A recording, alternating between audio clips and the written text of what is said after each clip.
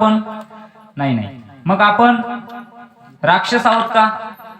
हा, तोंड घरी ठेवून आले तुम्ही का? जेवण कमी झालं? बोलत चला. हा, मला सांगा, आपण भक्त आहोत का? अरे वा आपण भक्तही नाही आणि आपण राक्षसही नाही. आपण नेमकं मधीच आहे महाराज. आपण भक्त म्हणावं तर हनुमंतराय इतकी आपल्या अंगात भक्ती नाही, आणि आपण राक्षस म्हणावं तर रावणासारखं आपलं देवाशी वैर नाही. आहे का? कोणाच आहे का? वर हात करा बरं, याचं देवाशी वैर आहे. रावणा इतकं नाही ना महाराज. हनुमंतरायासारखं आपण भक्तही नाही आणि रावणासारखे आपण वैरही त्या ठिकाणी देवाशी नाही. भक्त प्रल्हादासारखी आपली त्या ठिकाणी भक्ती नाही आणि हिरण्यकशिपू सारखं राक्षसासारखी त्या ठिकाणी आपल्या त्या ठिकाणी वैर देवाशी नाही. म्हणजे मला सांगायचं काय, आपण भक्तही नाही, आपण राक्षसही नाही, आपण सज्जनही नाही आणि आपण दुर्जनही नाही. मला सांगा, तुम्ही सज्जन आहात का? नाही. मग तुम्ही दुर्जन आहात का? बरं, दुर्जन म्हणावं तर कपाळाला गंध आहे, गळ्यात तुळशीची माळ आहे, आळंदी पंढरपूर पैठणची वारी करतो, कीर्तनामध्ये सप्त्यामध्ये कीर्तन ऐकतो, हरिपाठामध्ये गायनाची उड्या पुल्या छंदे, त्या ठिकाणी मस्त आनंदात हरिपाठ करतो, सगळं पंक्ती देतो, पंक्ती चोपून पण आणतो, आहे की नाही? सगळ्याच गोष्टी आज आहे, आहे की नाही? म्हणजे सेवाही त्या ठिकाणी आपली त्या ठिकाणी आहे. म्हणजे आपण कोण नाही? दुर्जन नाही. दुर्जन आहोत का आपण? नाही ना. दुर्जन नाही. आपल्या कपाळाला गंध आहे, माळ आहे आपल्या गळ्यात, आपण कीर्तन ऐकतो, कथा कीर्तन ऐकतो, म्हणजे आपण दुर्जन नाही. मग तुम्ही सज्जन आहात का? तुम्ही सज्जनही नाही म्हणजे आपण सज्जनही नाही. मला सांगा, आपण सज्जन म्हणावं तर कपाळाला गंध लावून सुद्धा आपण खोटं बोलायचं सोडत नाही. गळ्यात तुळशीची माळ म्हणावी तर त्या ठिकाणी भर एकादशीच्या दिवशी तंबाखू चोळल्याशिवाय त्याला उपवास खेळत नाही. आळंदी पंढरपूर पैठणची वारी करतो म्हणल्यानंतर हाफ तिकिटाचं नाही. आता मला तर वाटतं 75 वर्षाचं वय बसत नसताना सुद्धा आधार कार्डावर 75 वर्षाचं वय करून सुद्धा आळंदी पंढरपूर पैठणची वारी करतो म्हणल्यावर तुम्ही कोण नाही? सज्जन नाही. आपण सज्जन नाही, दुर्जनही नाही. कथा कीर्तन ऐकतो म्हणल्याच नंतर, कीर्तन झाल्याच नंतर पटकन कोणाच तरी चांगली चप्पल दिसते की हे पाहून लवकर म्हणजे आपण सज्जनही नाही, दुर्जन नाही. आपण नेमकं कोण आहोत? असं मधीच आहोत महाराज. एक तर सज्जनही नाही, दुर्जनही नाही, मधीच आहे महाराज. मला सांगा, नदी आहे, नदी बरोबर आहे. नदीच्या अलीकडचा पोहणारा चांगला आणि पलीकडच्या पोहणारा चांगला. वाईट कोणता? मधला, जो मधी पोहतोय. कारण की नदीला कधी पूर वाढल सांगता येत नाही, आणि पूर वाढून त्याचा दम छाटला तर मधला मधीच झटकळून मरू शकतो. कडा अलीकडचा अलीकडे येऊन जाऊ शकतो, पलीकडचा पलीकडे निघून जाऊ शकतो. म्हणजे मधली स्थिती ही वाईट आहे, आपली स्थिती वाईट आहे महाराज. आपल्यावर देव कृपा करत नाही ना. मला सांगा, देवाची कृपा करायची त्या ठिकाणी काय सांगितलं? देव कृपा करत असताना भक्तावर नाही तर राक्षसावर, सज्जनावर नाही तर दुर्जनावर देव कृपा करतो. आपल्यावर देव कृपा करणार, आपण सज्जन नाही, दुर्जन नाही, भक्त नाही, राक्षस नाही, आपण नेमकं मध्ये जाऊ. मग आपल्यावर देव कृपाच करत नाही, आहे की नाही? एक उदाहरण सांगतो, भजन करा विठ्ठल विठ्ठल.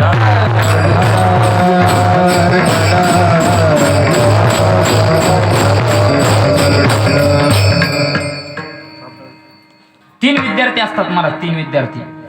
जसं आपला सागर, याचं काय नाव, लवकेश, अजून नाही कोणी, कन्हैया गिसम, कुलदीप. हा, असे 3 काय झालं, हा, असे 3 विद्यार्थी असतात महाराज. शाळा जातात बरोबर आहे. त्याच्यातला सागर आणि लवकेश शाळेत जातो.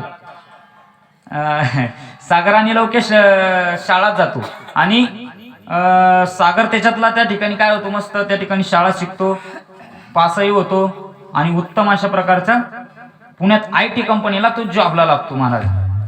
आणि पुण्यात ते नोकरीला लागल्याच नंतर महाराज त्याचा आनंदच आनंद. ते म्हणतो घ्या पेढे, मी नोकरीला लागलो, घ्या पेढे.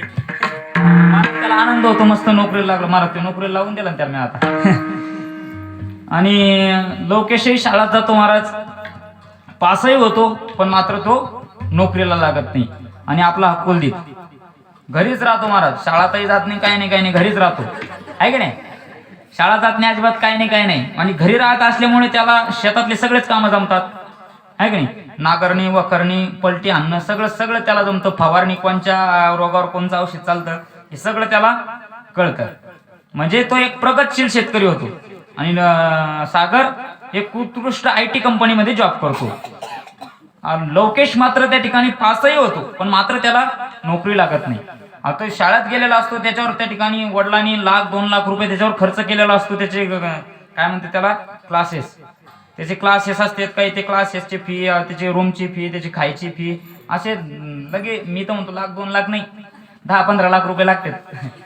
आणि असं त्याच्यावर खर्च केलेला असतो. आणि मग त्याला नोकरी लागलेली नसती, मग नेमकी त्याची फजिती होती. मग घरी त्याला शेतात जावं तर शेतात त्याला काम जमत नाही, शेताचा अनुभव नाही ना, शेतात त्याला काम सांगावं वडिलांनी तर त्याला काम जमाना, मग तो वैतागतो महाराज फार जीवनाला. मग तो डब्याकडे पळतो, डब्याकडे म्हणजे संडासाच्या नाही येणू सरपंचच्या डब्याकडे पळतो. त्याची फजिती होती महाराज.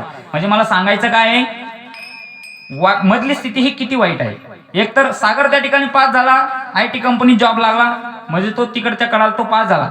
आणि हा घरी असल्यामुळे आई याची शेती मस्त करत होता, प्रगतशील शेतकरी झाला. यालाही पटकन सोयरी जमली आणि याचंही उरकून गेलं. या IT कंपनीत जॉबला होता, याचंही उरकून गेलं महाराज. पण याचं जमानच ना याला नोकरी नाही, घरी शेतात काम जमाना याचा जमानाच महाराज. म्हणजे मला सांगायचं काय मुद्दा, विनोदाचा भाग सोडून द्या. मधली स्थिती ही वाईट आहे. मधल्या स्थितीवर देव कृपा करत नाही. मग देव कृपा करत असताना कोणावरती कृपा करतो? एक तर भक्तावर, नाहीतर राक्षसावर. देव आपल्यावर कृपा करत नाही, मग आपल्यावर कृपा करतं कोण? आपल्यावर संत कृपा करतात. संत कशाचाच विचार करत नाही. न पाहे आती कुळाचा विचार,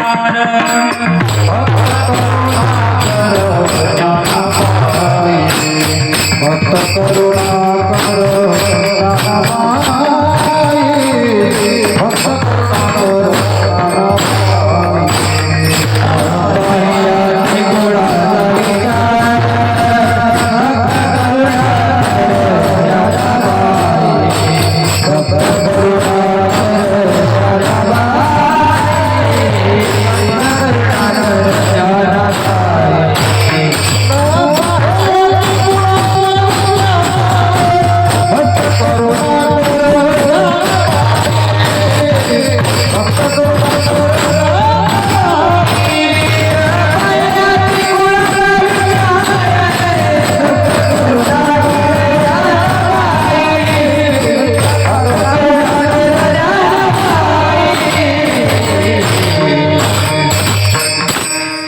न पाहे आती कुळाचा विचार, भक्त करुणा करत ज्ञानाबाई.